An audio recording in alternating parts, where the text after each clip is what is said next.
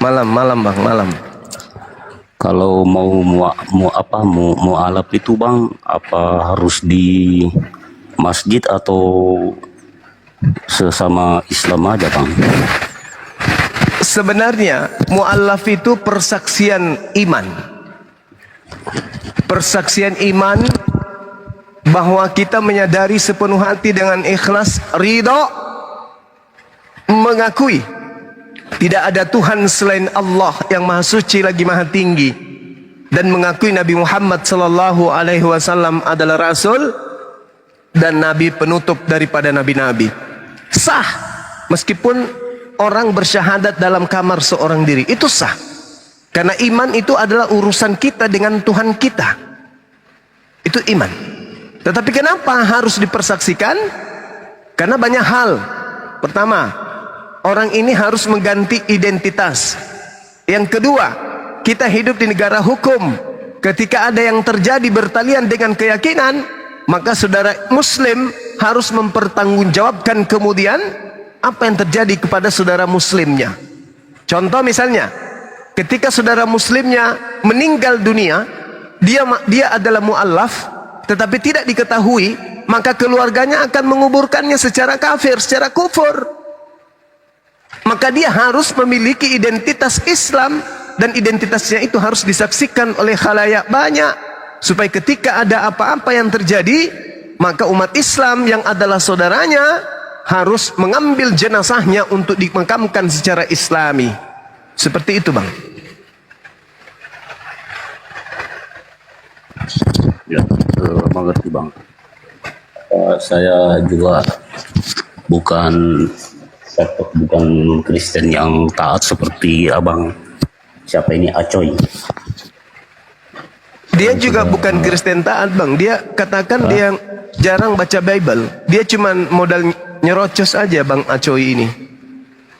Kalau saya bang, kemarin curhat sama pendeta, disuruh baca Bible katanya secara mendalam. Justru saya kayak tersesat.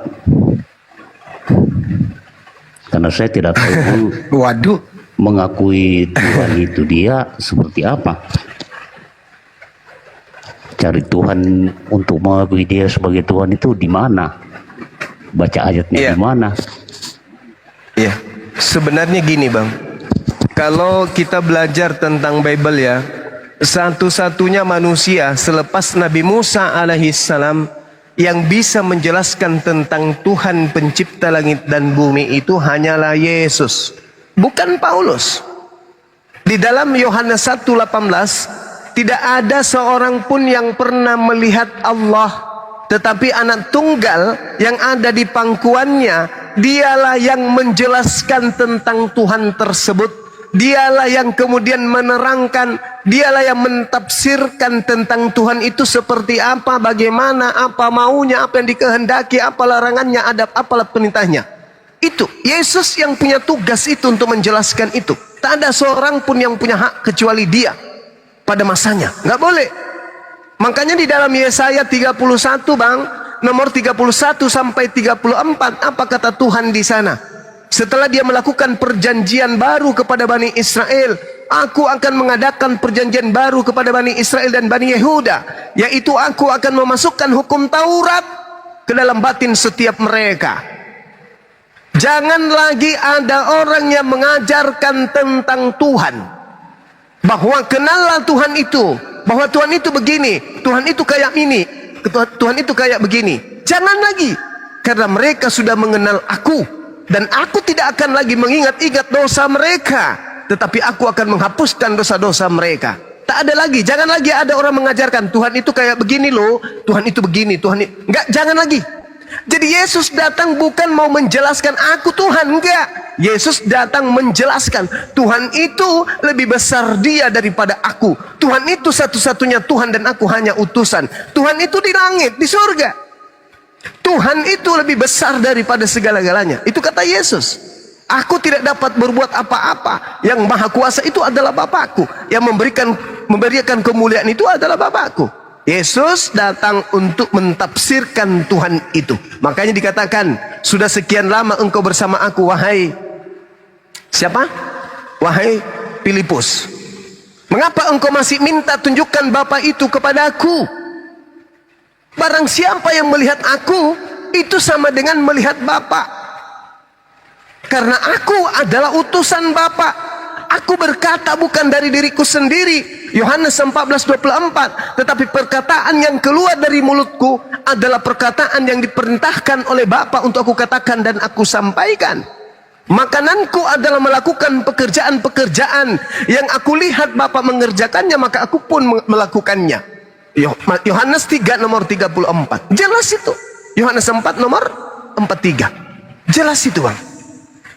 Jadi Yesus yang punya hak, yang punya wewenang menjelaskan tentang Tuhan. Maka apa simpul akhirnya? Yohanes 17 nomor 3, hidup kekal.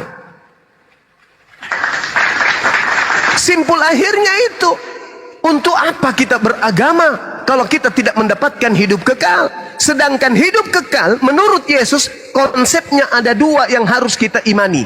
Yang pertama, mereka mengenal engkau satu-satunya Tuhan yang benar. Dan yang kedua, mengenal aku yang engkau utus. Berarti konsep hidup kekal hanya ada di Islam. Apa itu? La ilaha illa huwa, pencipta langit dan bumi, wa Yesus Rasulullah. Hanya itu, tak ada yang lain. Karena itu adalah konsep yang Yesus tawarkan. Hidup kekal itu adalah mereka mengenal engkau satu-satunya Tuhan yang benar dan mengenal Yesus yang engkau utus. Kalau satu-satunya, jangan ditambah, jangan dikurangi, jangan ditambahi. Satu-satunya. Kata siapa? Kata Yesus. Jadi saudara, Yesus itu datang sebagai juru selamat, bukan untuk mengimaninya sebagai juru selamat. Maka kita harus mendudukkan dia sebagaimana ajarannya tentang dirinya. Siapa aku menurut aku? Siapa Yesus menurut Yesus? Coba ya. Ini ada satu hal yang menarik, saudara. Ketika kemudian saya membaca sebuah dalil di dalam kitab saudara, saya itu malu. Malu semalu-malunya. Kenapa saya katakan saya malu semalu-malunya? Karena di dalam kitab saudara, di situ sangat jelas diterangkan kemudian bagaimana ibu kandungnya Yesus dalam memandang anak kandungnya bernama Yesus. Ibunya sangat luar biasa kemudian mengandung dan membesarkannya seorang diri. Ketika kita lihat kemudian pada masa ibunya mengatakan bahwa, anakku, kamu kemana aja? Aku dan ayahmu cemas. Dia cemas. Kenapa dia cemas? Karena mereka kehilangan Yesus beberapa hari. Itu diterangkan di mana ya? Di Lukas 2 ya teman-teman. Lukas 2 48 sampai 51. Apa kata ibunya? Nah, mengapa engkau berbuat demikian terhadap kami? Ibumu, aku cemas mencari engkau. Hei, ibu kandung dari Yesus cemas ketika anaknya melakukan pengajaran Torah kepada ahli Taurat di dalam sinagoge. Tanpa izin dia meninggalkan ibunya. Ketika ibunya cemas mencarinya kemana-mana, lalu kemudian dia temukan Yesus. Apa kata ibunya? Nah, ya mami, mengapa engkau berbuat demikian terhadap kami? Bapak tirimu dan aku, mama kandungmu, dengan cemas mencari engkau. Ini seorang ibu kandung mencari anak kandungnya, cemas. Tiba-tiba sepeninggal sang anak dan ibu, dilantik jadi Tuhan. Kalau ibunya tahu anak kandungnya adalah Tuhan pencipta langit dan bumi, boro-boro cemas. Lawang anakku Tuhan, anakku pencipta. Dia datang cuma numpang lewat, hanya ingin pecahin perawan gue. Ngapain gue cemas? Lo dia Tuhan. Faktanya apa? Wanita yang mengandung, wanita yang melahirkan, wanita yang memandikan, menetein, membesarkan, cemas ketika Yesus meninggalkan rumah. Kok ibunya nggak tahu kalau anaknya itu Tuhan? Yang lebih tahu Yesus adalah ibu kandungnya. Yang lebih tahu Yesus adalah bapak tirinya. Yang lebih tahu Yesus adalah sepupu-sepupunya. Yang lebih tahu siapa Yesus adalah famili, keluarganya, tetangganya, orang terdekatnya, yang memandikan, yang menceboin, yang membesarkan, yang menetein, yang menyuapin. Dia lebih tahu tentang Yesus daripada kita. Siapa Yesus menurut ibunya? Seorang anak yang meninggalkan rumah dan yang telah membuat ibunya cemas. Tuhan? No. No. Bukan Tuhan. Dia anakku, kata Maria. Nak, kenapa kau membuat aku cemas? Dia anaknya Maria, dia anakku. Nah, sekarang kita hidup di zaman modern. Masihkah kita ingin hidup di zaman batu? Mempertuhankan kepada yang bukan Tuhan hanya gara-gara makhluk yang datang ngaku-ngaku Yesus, sedangkan Yesus asli sudah mengatakan, waspadalah kepada penyesat yang datang kepadamu dengan memakai nama Yesus. Dia akan menyesatkan banyak orang. Bang Suma, ya paman, itu tertulis rupanya. Yes, di mana Bang Suma? Matius 24 nomor 4 nomor 5. Baca.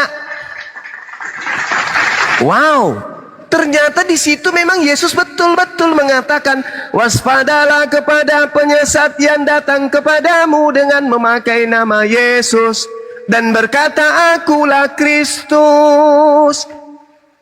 Dan dia akan menyesatkan banyak orang. Bang Suma ngarang. Buka Bible. Loh, kok Bang Suma percaya Bible? Hei, kalau pakai Quran bahaya. Bahaya kalau pakai Quran. Bahaya. Karena Al-Quran membahas secara detail tentang tipikal ciri-ciri orang-orang kafir yang mempertuhankan makhluk Tuhan bernama Yesus. Bahaya bagi Quran, bahaya. Maka cukuplah Bible memuntahkan isinya. Cukuplah Bible yang menguraikan isinya. Maka cukuplah pengiman Bible, orang-orang yang percaya kepada Bible, untuk mengimani dan percaya berdasarkan naluri akal sehatnya. Adalah satu kehancuran apabila kita punya kitab yang kita imani, tetapi kita tidak percaya isinya. Adalah satu kebodohan ketika kita mengaku memeluk sebuah agama, mengkitabkan sebuah kitab, tapi isinya kita tidak imani. Itu jahil. Ulaika hum syarrul bariyah. Al-Quran akan semakin nampak kebenarannya. Mereka punya kitab namanya Bible, tapi mereka tidak percaya isinya. Mereka mati-matian memperjuangkan, ini firman Tuhan, ini firman Tuhan, ini firman Tuhan, tapi isinya tidak diimani. Ya percuma. Itu jahil. Makanya Al-Quran mengatakan, ulaika hum syarrul bariyah.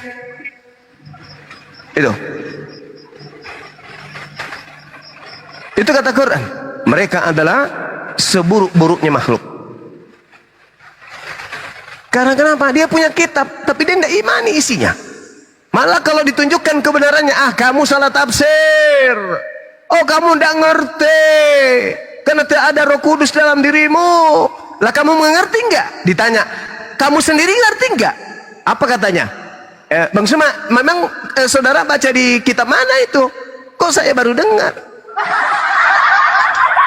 Hah? Anda mengatakan saya tidak ngerti? Ya.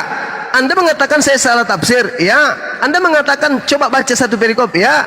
Tapi Anda sendiri nggak tahu di mana bunyinya, di mana tertulis itu? Ya, aku sendiri nggak tahu, Bang Suma. Kenapa rupanya? Karena kami bukan umat penghafal. Oh gitu. Bung, logika sederhananya begini. Ketika kita mencintai sesuatu, maka kita akan gampang menghafalnya. Anak kecil, semisal bayi, dinetein sama ibunya, nangis dia kan, dikasih tete ibunya, diisapnya kan, blak blak blak blak blak blak blak blak, anteng diam. Coba kalau dia nangis, kau kasih jarimu, mungkin 1 menit masih anteng, 2 menit pasti dia nangis.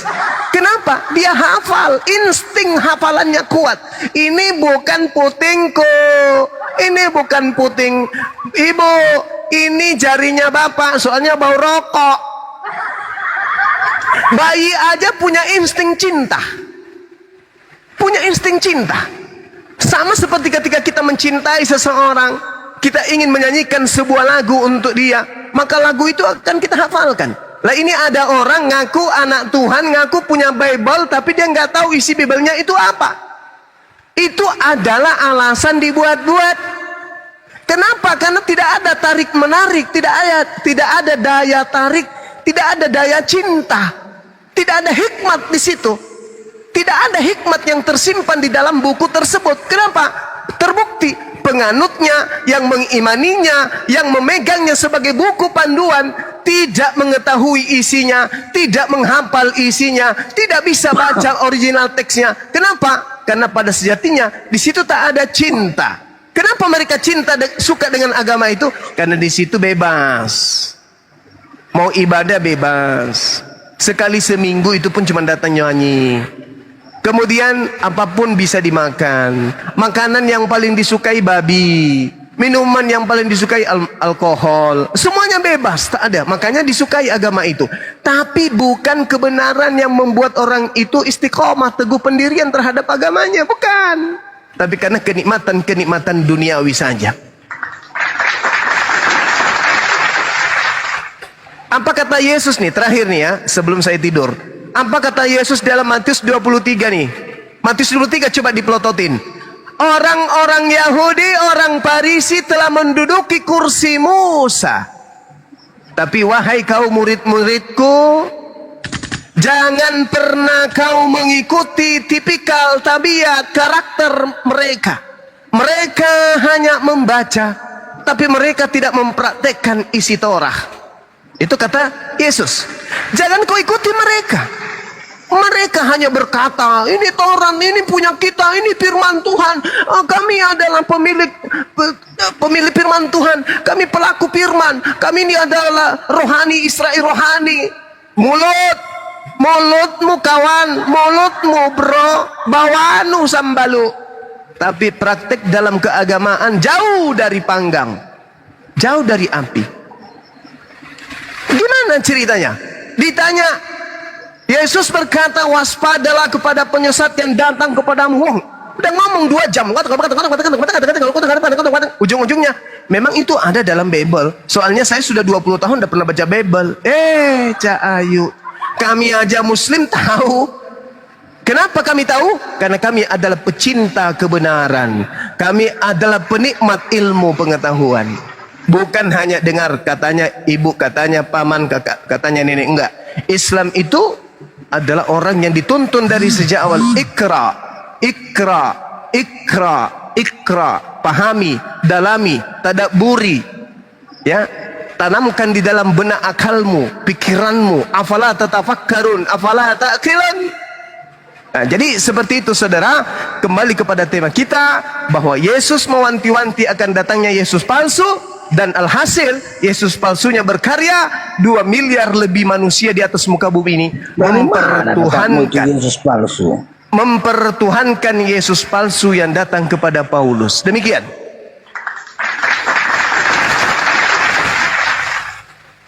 Kenapa sih terus kamu mau bantah Yesus asli yang datang ke Paulus? Kamu mau pakai data?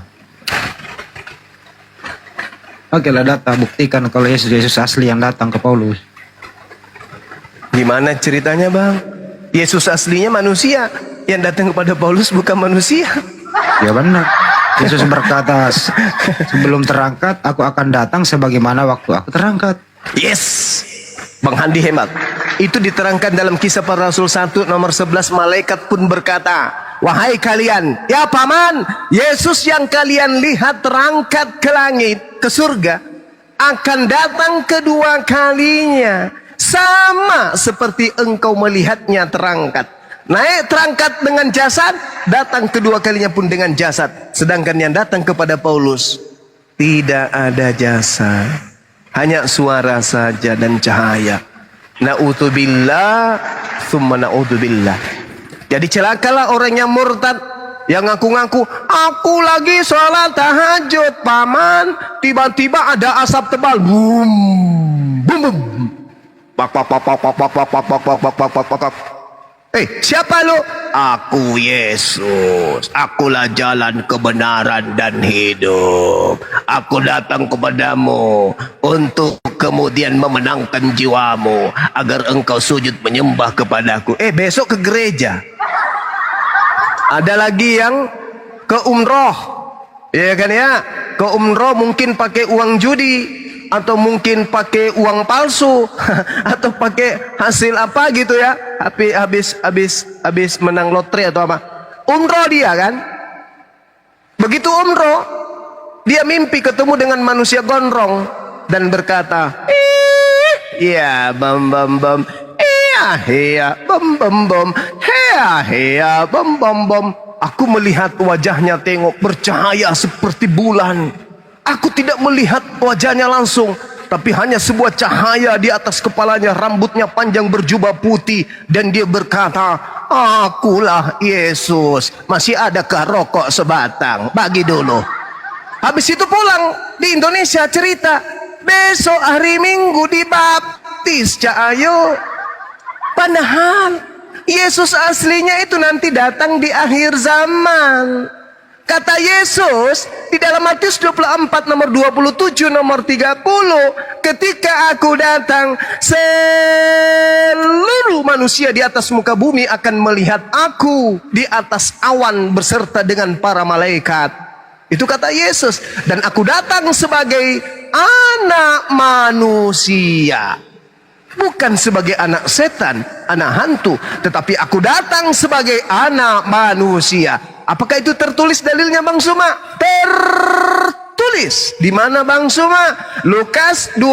Matius 24 nomor 27 nomor 30. Loh, kok Bang Suma hafal? Yes, karena aku cinta kepada Yesus yang asli. Tapi beliau Nabiullah, beliau Rasulullah yang datang ke tengah-tengah Bani Israel, mengajarkan Bani Israel kembali menyembah kepada Allah Azza wa Jalla. Seperti itu adanya. Silakan. Kalau Matius 24-23 bunyinya apa tuh? Jadi apabila engkau melihat ada orang berkata ada Yesus di sini, ada Yesus di sana, janganlah kamu percaya. Itu kata Yesus. Kalau ada orang berkata ada Yesus di sini, ada Yesus di sana, jangan kau percaya. Sebab Yesus palsu dan nabi-nabi palsu akan datang, akan melakukan mujizat-mujizat sekiranya mungkin menyesatkan orang banyak, bahkan menyesatkan orang-orang pilihan juga. Menyesatkan orang-orang pilihan. Itu. Berarti yang dilihat Paulus menurut informasi Yesus jangan dipercaya dong. Jangan dipercaya, nggak boleh. Kalau percaya kepada Yesus, inilah anakku yang tunggal, kepadanya aku berkenan. Begitu besar kasih sayang Tuhan akan dunia ini, sehingga ia menganugerahkan hambanya yang suci, anaknya yang tunggal. Kalau dalam prosesi paganisme, anaknya yang tunggal. Barang siapa yang percaya akan diselamatkan, yang tidak percaya akan mati dalam dosanya. Yohanes 3 nomor 16. Barang siapa yang percaya kepada Yesus, dia akan diselamatkan. Lah, Yesus berkata, apabila ada orang berkata bertemu dengan Mesias di padang gurun, bertemu dengan Mesias di dalam bilik, jangan kamu percaya. Kalau percaya kepada Yesus, ikuti. Jangan kau percaya. Berarti jangan percaya kepada Paulus. Harus tinggalkan Kristen. Tuh jalan satu-satunya. Kalau percaya kepada Yesus, tidak ada jalan menuju Kristen. Jangan Kristen. Percaya kepada Yesus, jangan masuk Kristen. Baru percaya kepada Yesus, keluar dari Kristen. Karena orang yang Kristen adalah orang yang tidak percaya kepada Yesus. Karena Yesus berkata, apabila ada orang berkata bertemu dengan aku di padang gurun, bertemu aku di dalam bilik, jangan kau percaya. Jangan kau percaya. Camkanlah. Di data nomor 26-nya, camkanlah, aku telah mengatakannya kepadamu berulang kali. Apabila ada orang yang berkata kepadamu ada Yesus di padang gurun, ada Yesus dalam bilik, jangan kau percaya. Sebab sama seperti cahaya terlontar dari timur sampai ke barat, demikian jugalah nanti kelak kedatanganku yang kedua sebagai anak manusia. Jadi yang terjadi di Paulus jangan kau percaya. Yang terjadi di Ananias jangan kau percaya. Yang terjadi di Matius 28 jangan kau percaya. Yang terjadi di Pulau Patmos jangan kau percaya. Sebab aku datang. Bukan begitu caranya. Kedatanganku nanti seluruh manusia di atas muka bumi akan melihat aku. Sedangkan yang terjadi kepada Ananias, yang tahu hanya Ananias. Yang terjadi kepada Paulus, hanya Paulus dan Indah Geng. Yang terjadi di Pulau Patmos, hanya pengarang wahyu yang tahu. Sedangkan ketika aku datang ke dunia ini, seluruh manusia di atas muka bumi ini akan mengetahui dan akan meratap, akan melihat dan meratap keadaannya pada saat itu. Kenapa meratap? Karena kedatanganku adalah jantung pertahanan bumi, hancur lebur menuju kepada kebinasaan, yaitu kiamat. Di mana tertulis itu Bang Suba? Baca Matius 24 nomor 28, nomor 29, nomor 30. Baca ikra. Wahai saudaraku Kristen, tamatkan dirimu membaca Matius 24, Anda akan terhindarkan dari bencana neraka apabila Anda menggunakan akal sehat. Demikian.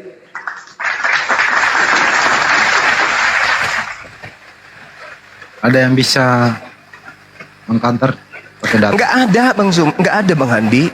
Soalnya yang datang kepada Paulus itu bukan manusia. Yesus manusia Bang Handi. Nggak, kali-kali ada yang nekat. Ini ada 3 nih. Sitorus, Acoy, Ardi gimana?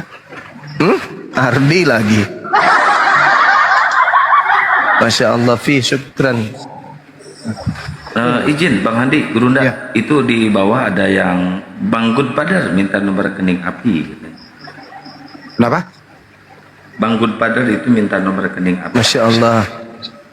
Thank you. Bang Handi. Aduh. Kopi. Teman-teman kopi. Kopi mana kopi? Kopi rasa Masako.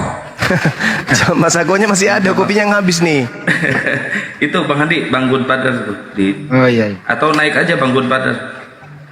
Dan untuk itulah teman-teman, kenapa kami mengapresiasi orang-orang yang kembali ke Islam atau mualaf, ya karena akalnya sudah berfungsi normal kembali, sudah bisa membedakan mana manusia, mana Tuhan, mana Yesua Amasya yang asli, mana yang tidak. Untuk itu tetap dukung kami nanti, insya Allah tanggal 24 sore sampai malam hari kita di Rumah Hobbit Bolangi Makassar menyiarkan langsung prosesi kumpulnya mualaf, memperingati hari mualaf sedunia. Ada orang di luar sana memframing, ngapain sih? Nanti kalau Idul Fitri ada yang melakukan hal yang sama, ya monggo-monggo saja. Memang momennya ada buat mereka, kan nggak ada momennya juga. Iya toh, nggak ada momennya loh itu. Tapi kalau mau pakai Idul Fitri, berarti hari Murtadin itu Anda bergeser-geser juga loh dari bulan ke bulan. Nah, kan gitu, kagak bisa diikutin. Nggak bisa. Memang dia bisa melihat hilal. Oh kita hilal dulu yuk, wah besok jatuh hari Murtadin. Nggak bisa begitu. Hai. Ini orang kasihan banget membela membela sesuatu yang tidak ada dasarnya, nggak hitung-hitung nanti argumentasi saya benar apa enggak gitu loh. Dibalas Idul Fitri hari murtadin, emang bisa dia lihat hilal? Di mana dia mau lihat hilal? Kapan jatuhnya gitu? Udah masuk 1 Syawal apa belum? Kan nggak begitu caranya. Nah kalau ini kan yang jelas ya nggak berubah dari tahun ke tahun.